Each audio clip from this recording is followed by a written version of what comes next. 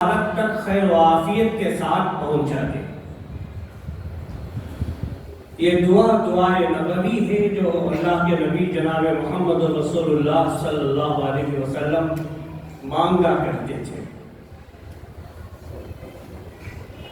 اس کا مطلب یہ ہے کہ رمضان المبارک کا اشتیاق اور شوق آپ کو 2 مہینے پہلے سے ہوتا تھا، اسی لیے آپ اوائل رجب میں، رجب کے شروع میں دعا فرمایا کرتے تھے۔ حضرات علماء محدثین نے لکھا ہے کہ اللہ کے نبی صلی اللہ علیہ وسلم اتنی شدت سے رمضان المبارک کا انتظار فرمایا کرتے تھے، اور آپ علیہ السلام نے کئی جگہوں پر فرمایا بھی ہے کہ شعبان شہری و رمضان شہر اللہ، شعبان یہ میرا مہینہ ہے اور رمضان اللہ کا مہینہ ہے۔ اسی لیے بزرگوں نے فرمایا کہ رجب اور شعبان اور رمضان یہ تینوں جو مہینے ہیں، یوں سمجھو کہ یہ رجب بیج بونے کا مہینہ ہے۔ کھیتوں میں جب بیج بونے کا وقت آتا ہے تو کسان اپنی پوری تیاری کے ساتھ کھیتوں میں بیج بوتے ہیں، اور شعبان یا آب پاشی کا اور بیج کو پانی دینے کا مہینہ ہے، اور رمضان جو آپ نے بیج بویا ہے، جو آپ نے کھیت پر محنت کی ہے، پانی دیا ہے، آب پاشی کی ہے، تو رمضان المبارک فصل کاٹنے کا وقت ہے۔ اگر کسی نے بیج ہی نہیں بویا اور پانی ہی نہیں دیا تو وہ کیا خاک فصل کاٹے گا؟ اسی لیے بزرگوں نے مثال دی، اور اسی تیاری کے لیے اللہ کے نبی جناب محمد رسول اللہ صلی اللہ علیہ وسلم رجب ہی سے تیار ہو جاتے تھے، تیاری فرماتے تھے۔ اور شعبان کا مہینہ جب آتا تھا تو آپ کے روزوں میں اضافہ، عبادتوں میں اضافہ، نوافل میں اضافہ، ذکر و تحلیل، تکبیر و تحلیل میں اضافہ، یہ تو ہوتا ہی تھا۔ ویسے اللہ کے نبی علیہ السلام کے بارے میں موجود ہے کہ جب راتوں رات آپ نوافل میں کھڑے ہو جاتے تھے، آپ کے سینے سے اللہ کے خوف سے رونے کی آواز آتی تھی۔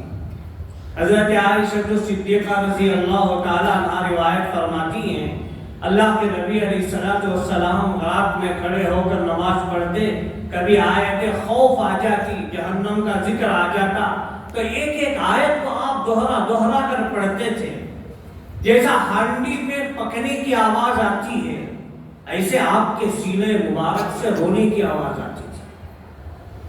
ایک مرتبہ امہات المومنین ہماری ماں حضرت عائشہ صدیقہ رضی اللہ عنہا نے عرض بھی فرمایا کہ سرکار آپ تو بخشے بخشائے ہیں، دونوں جہاں کے آپ سید الکائنات ہیں، اللہ نے آپ کو بخش دیا ہے، تو اتنا رونے کی، اتنا آہوزاری کرنے کی، اللہ سے اتنا ڈرنے کی کیا ضرورت؟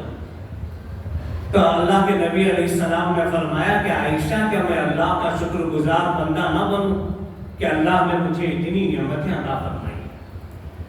افلا اکون عبدا شکورا، کیا میں اللہ کا شکر گزار بندہ نہ بنوں؟ تو بہرحال جو آیت شریفہ میں نے آپ کے سامنے پڑھی ہے، چوتھے پارے کی آیت شریفہ ہے، جس میں اللہ تعالیٰ نے فرمایا کہ لوگوں وَسَارِعُوا إِلَىٰ مَغْفِرَةٍ مِّن رَبِّكُمْ وَجَنَّةٍ، 2 چیزوں کا ذکر اللہ نے اس آیت پاک میں فرمایا ہے۔ اللہ تعالیٰ نے فرمایا کہ اپنے پروردگار کی، اپنے رب کی مغفرت کی طرف دوڑو، تیزی سے چلو، جیسا دوڑنے والا، تیزی سے چلنے والا ادھر ادھر نہیں دیکھتا، پوری کی پوری توجہ سامنے اس کی ہوتی ہے، تو اللہ تعالیٰ نے بھی فرمایا کہ اپنے پروردگار کی مغفرت حاصل کرنے کے لیے مکمل توجہ کے ساتھ کوشش کرو۔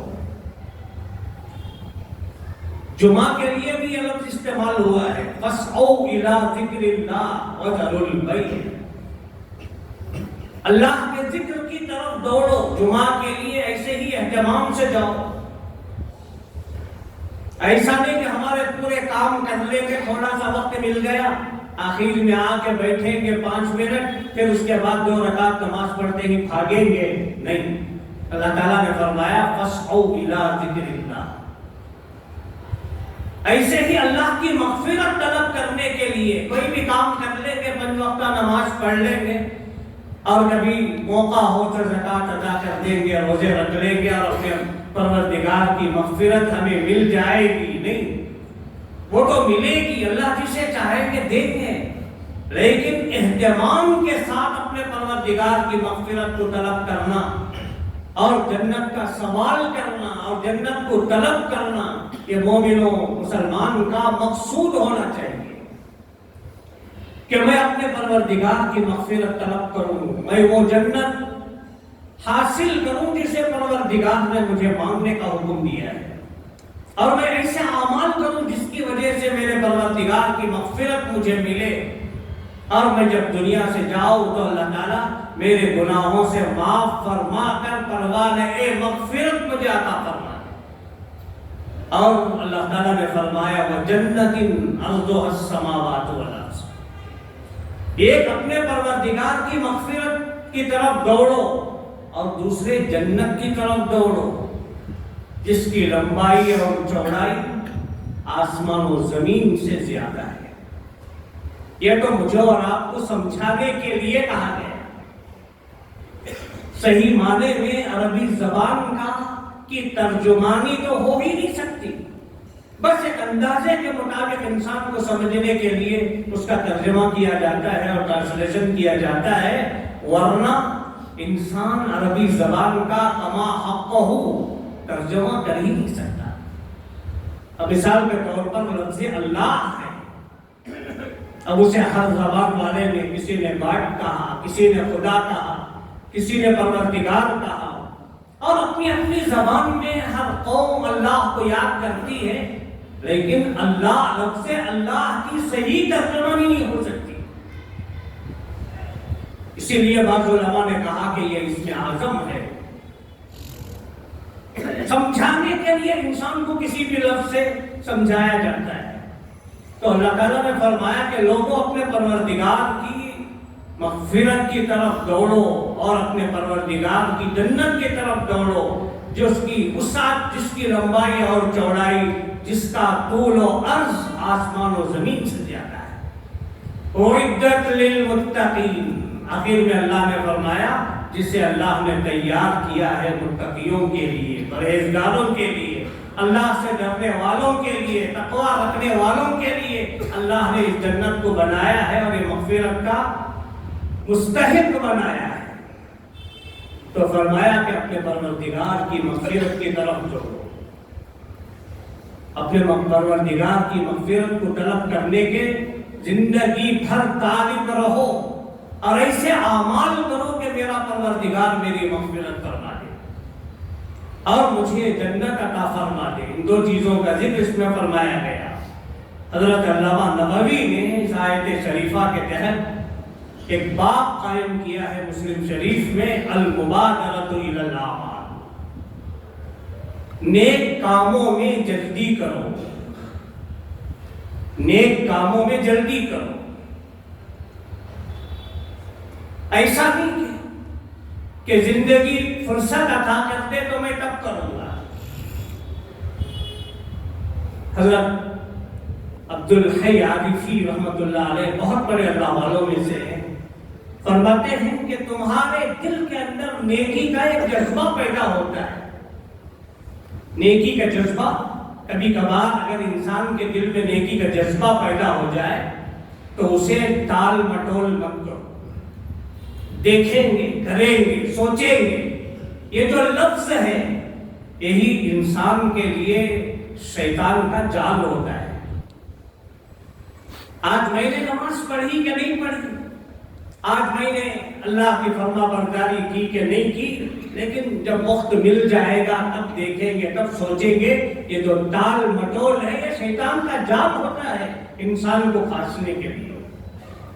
اگر شیخ الاسلام مولانا تقی عثمانی رحمت برکاتہ نے ایک جگہ پر لکھا، فرماتے ہیں کہ میرے والد محترم حضرت مفتی اعظم مفتی شفیع صاحب رحمۃ اللہ علیہ فرمایا کرتے تھے کہ جب کوئی نیکی کا جذبہ دل میں پیدا ہوتا ہے تو یہ گویا مہمان ہوتا ہے تمہارے دل میں، ایک مہمان کی حیثیت رکھتا ہے۔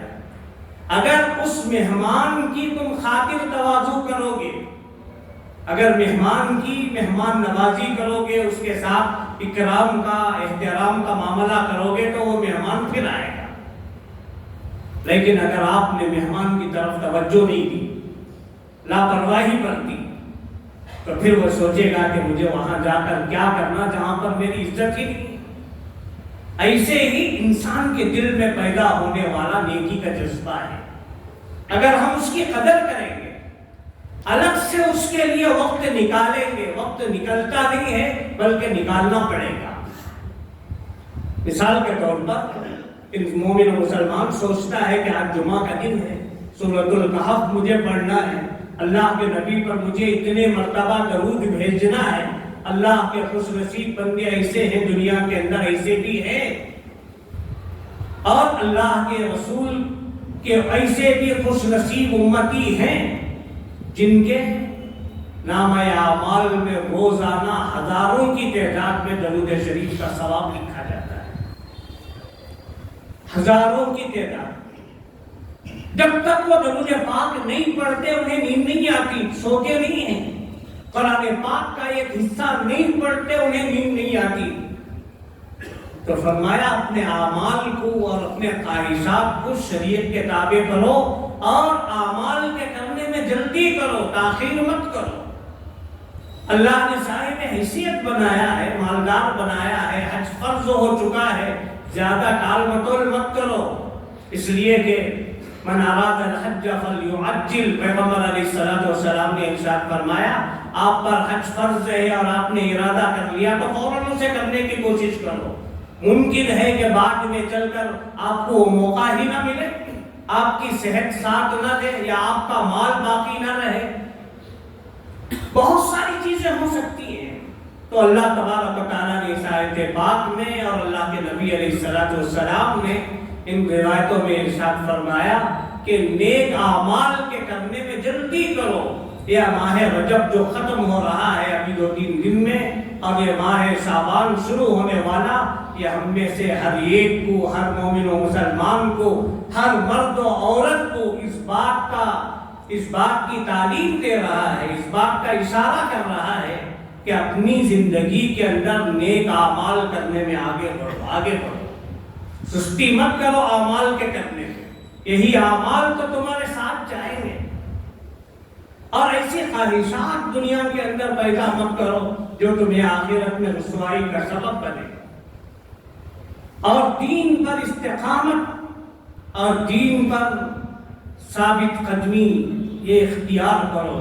یہ اس آیت پاک کا پیغام ہے، اور یہ جانے والے ایام اور شروع ہونے والے ایام انسان کو بار بار یہی بتاتے ہیں کہ دنیا کے اندر جب سورج طلوع ہوتا ہے ہر دن تو یہی آپ کو سبق دیتا ہے کہ نیک اعمال کرو، جانے والوں سے عبرت لو، اور آنے والے ایام کے لیے تیاری کرو۔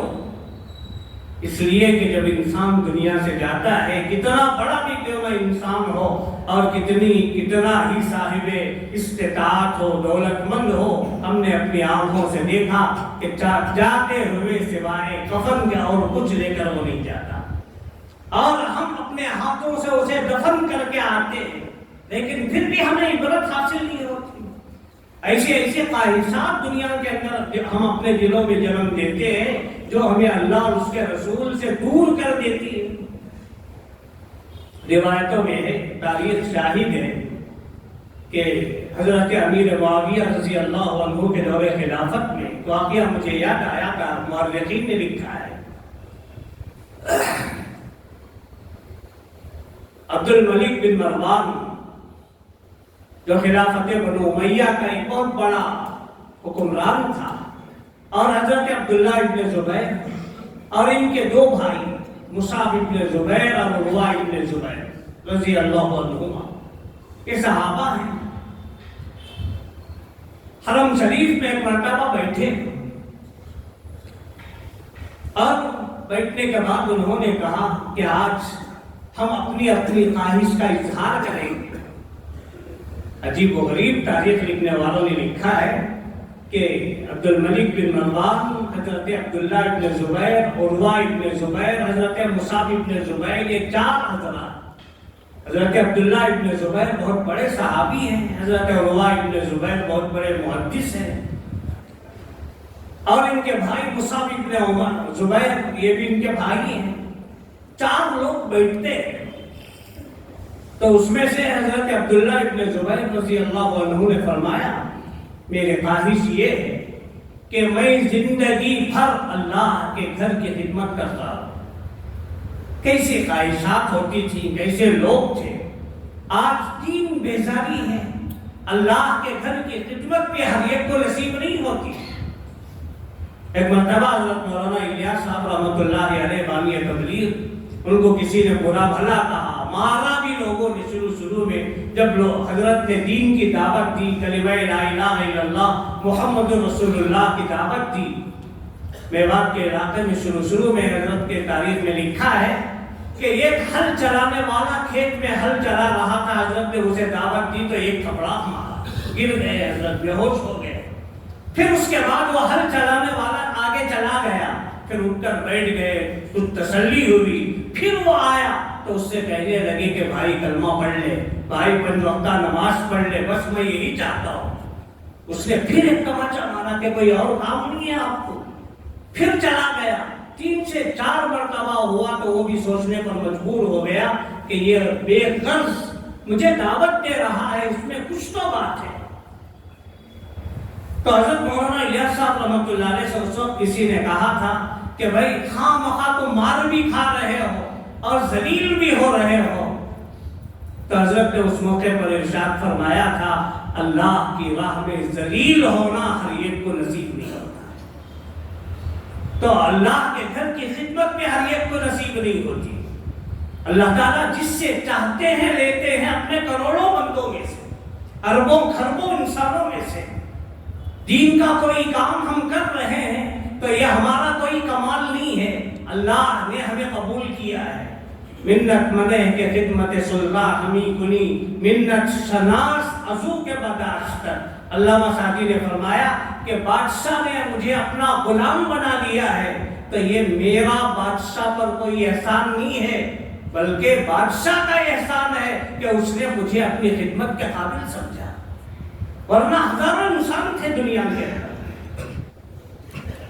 تو اللہ کے گھر کی خدمت، دین کی خدمت، علماء کی خدمت یہ بھی کوئی معمولی چیز نہیں ہے. تو دین کی راہ میں ذلیل ہونا ہر ایک کو نصیب نہیں ہوتا. بہرحال میں عرض کر رہا تھا حضرت عبداللہ ابن زبیر رضی اللہ عنہ نے فرمایا کہ میں مرتے دم تک اللہ کے گھر کی خدمت کروں، یہ میری خواہش ہے. 4 دوست ہیں تو اس میں صحابہ رسول حضرت عبداللہ ابن زبیر وہی انہوں نے ہی تعمیر کعبہ بھی کیا تھا. اس سے پہلے بھی میں نے عرض کیا ہے اسی طرح جس طرح اللہ کے پیغمبر علیہ السلام چاہتے تھے. کعبۃ اللہ کے 2 دروازے بنائے تھے اور بالکل کعبۃ اللہ کے دروازے کو زمین کے برابر انہوں نے کر دیا تھا. لیکن بعد میں چل کر حجاج ابن یوسف کا زمانہ آیا تو اس نے کہا لوگ قیامت تک یاد کریں گے کہ عبداللہ ابن زبیر کی بنائی ہوئی یہ تعمیر ہے. فوراً توڑوا دیا، پھر اس کے بعد دوسری تعمیر کی اسی طریقے سے جیسا اب موجود ہے حضرت ابراہیم علیہ السلام کے زمانے میں جیسا تھا. پھر بادشاہ ہارون الرشید کا زمانہ آیا، حضرت امام مالک رحمۃ اللہ علیہ کا دور تھا. بادشاہ ہارون الرشید نے بھی عرض کیا کہ حضرت آپ اجازت دیں تو کعبۃ اللہ کو پھر میں ویسے ہی بناؤں گا جیسے عبداللہ ابن زبیر نے بنایا تھا. حضرت امام مالک رحمۃ اللہ علیہ نے فرمایا نہیں، جیسا ہے ویسا رہنے دو. میں کعبۃ اللہ کو اور اللہ کے گھر کو بادشاہوں کا کھلونا بنانا نہیں چاہتا کہ جو بھی آئے گا اپنی درس کے مطابق کرے گا. تو بہرحال جو بنایا گیا ہے اس کے بعد معمولی سی مرمت ہوئی، لیکن تعمیر وہی ہے جو حجاج ابن یوسف نے بنائی تھی. تو بہرحال حضرت عبداللہ ابن زبیر نے کعبۃ اللہ کی تعمیر بھی فرمائی، مرتے دم تک کعبۃ اللہ کی خدمت کی. ان کی یہ خواہش تھی کہ میں اللہ کے گھر کی میں خدمت کرتا رہوں زندگی کے آخر لمحے تک. پھر اس کے بعد ان کا ایک بھائی مصعب ابن زبیر اس نے کہا میں چاہتا ہوں کہ دونوں عراق اور اس کے بازو کا دوسرا جو ملک تھا اسے میں قبضہ کروں اور شہزادیوں سے میں نکاح کروں، یہ میری خواہش ہے۔ اس کے بعد عبد الملک بن مروان کا نمبر آیا تو اس نے کہا میری یہ خواہش ہے کہ میں امیر معاویہ کے بعد اس ملک کا حکمران بنوں اور پوری زندگی میں بادشاہت کروں۔ حضرت عروہ ابن زبیر جو بہت بڑے محدث تھے رضی اللہ عنہ، انہوں نے سنا کہ بھائی آپ تینوں کی خواہشیں آپ کو مبارک، آپ نے جو خواہش کی ہے جائز خواہش ہے، ممکن ہے کہ اللہ اسے پورا کرے نہ کرے، مجھے اس سے کوئی لینا دینا نہیں ہے، آپ کی خواہشیں آپ کو مبارک۔ حضرت عروہ ابن زبیر نے خواہش کی، اب یہ کیسے خواہش کرنا چاہیے؟ انہوں نے کہا میں یہ چاہتا ہوں کہ میں دنیا سے بالکل الگ تھلگ رہوں، دنیا سے بے رغبتی چاہتا ہوں، اور جب تک میرے جسم میں سانس ہے اس وقت تک میں علم حدیث کی خدمت کرتا رہوں، اللہ کے پیغمبر کی حدیثوں کو امت تک میں پہنچاؤں۔ یہی ارادہ اور تمنا تھی کہ حدیث کی کتابوں میں آج حضرت عروہ ابن زبیر کا نام ملتا ہے۔ تو معلوم ہوا اور یہ کہا کہ جب میں دنیا سے رخصت ہو کر جاؤں تو اس کے عوض میں اللہ تعالیٰ مجھے جنت کا پروانہ عطا کر دے، بس یہی میری خواہش ہے۔ ایسے بھی خواہش کرنے والے لوگ تھے۔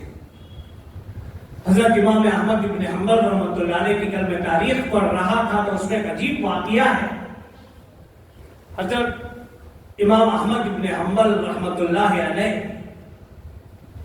آخری وقت تھا، ان کے فرزند فرماتے ہیں کہ ابا جان کی زبان سے بار بار میں نے یہ چیز سنی ہے کہ اللہ تعالیٰ ابو الہیثم کی پر رحم فرمائے، اللہ تعالیٰ ابو الہیثم پر رحم فرمائے، یہ لفظ بار بار حضرت امام احمد بن حنبل رحمۃ اللہ علیہ کی زبان پر ہوتا تھا۔ میں نے ایک مرتبہ کہا کہ ابا جان آپ بار بار یہ کہتے ہیں کہ اللہ ابو الہیثم پر رحم کرے، آخر یہ کون آدمی ہے؟ تو حضرت امام احمد بن حنبل رحمۃ اللہ علیہ نے فرمایا کیا تم نہیں جانتے؟ کہنے لگا، ان کا بچہ کہنے لگا کہ میں نہیں جانتا۔ تو حضرت امام احمد بن حنبل نے فرمایا کہ واقعہ یہ ہے کہ جب مجھے قید میں ڈالا گیا تھا مسئلہ خلق قرآن کے بارے میں کہ قرآن اللہ کی مخلوق ہے یا غیر مخلوق ہے، اس سلسلے میں بہت بڑی بحث ہوئی، تو اس زمانے کے بادشاہ نے حضرت امام احمد بن حنبل رحمۃ اللہ علیہ کو قید میں بند کر دیا، اور جب کوڑے لگانے کے لیے نکالا گیا قید سے، جب لے جایا جا رہا تھا تو پیچھے سے ایک آدمی نے میرا کپڑا پکڑ کر کھینچا، میں نے اسے پلٹ کر دیکھا تو اس نے مجھ سے کہا کہ امام احمد بن حنبل آپ نے مجھے نہیں پہچانا؟ میں نے کہا کہ نہیں، میں نے نہیں پہچانا۔ تو اس نے کہا کہ میں اس زمانے کا مشہور و معروف ڈاکو ہوں، جیب کترا ہوں، جس کے لیے مجھے کئی مرتبہ جیل جانا پڑا، قید میں ڈالا گیا، اور تاریخی دستاویز کے مطابق 18,000 کوڑے میری پیٹھ پر مارے گئے پوری زندگی میں۔ تو اس نے کہا کہ امام احمد بن حنبل میں نے اتنے کوڑے کھانے کے باوجود اپنی طبیعت کو میں نے نہیں چھوڑا، میرا کام جو تھا وہ میں کرنے لگا، شیطان کو خوش کرنے کے لیے، شیطان کو خوش کرنے کے لیے، دنیاوی معمولی فائدے کے لیے میں نے اپنا کام نہیں چھوڑا۔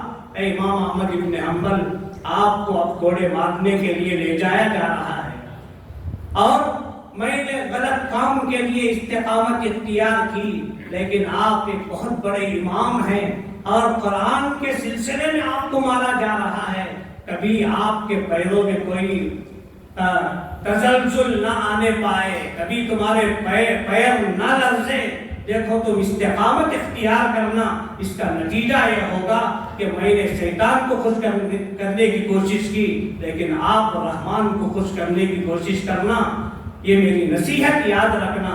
تو حضرت امام احمد بن حنبل فرماتے ہیں اس کے ایک جملے نے میرے اندر استقامت پیدا کر دی، اسی لیے میں دعا کرتا ہوں اس کے لیے کہ اللہ تعالیٰ ابو الہیثم پر رحم فرمائے.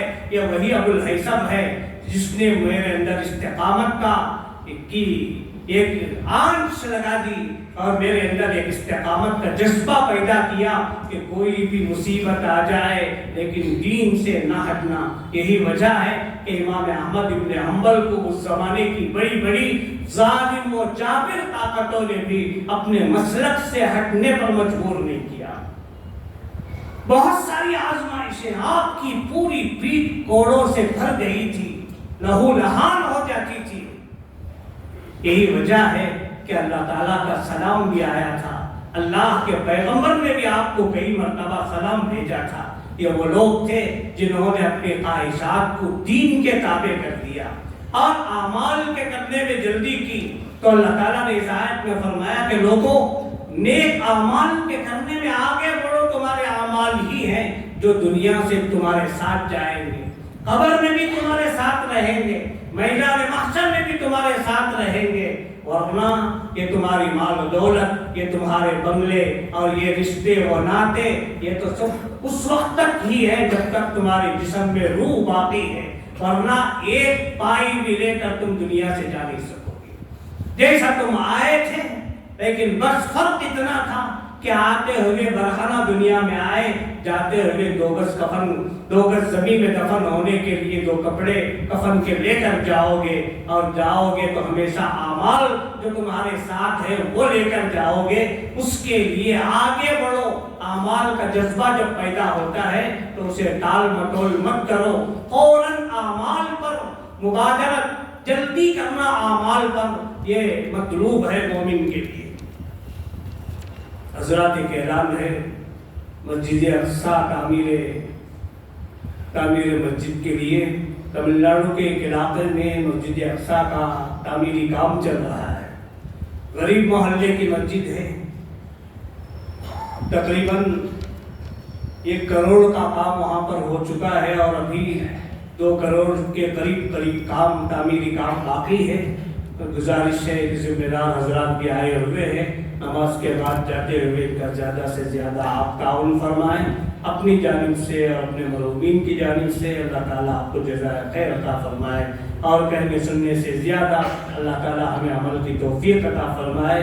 گزرنے والے ماہ رجب کا احترام کرنے کی، شروع ہونے والے ماہ شعبان کی عظمت ہمارے دلوں میں پیدا فرمائے کہ ہم جلد سے جلد آنے والے ماہ محترم رمضان المبارک کی تیاری ابھی سے ہم شروع کر دیں. وآخر دعوانا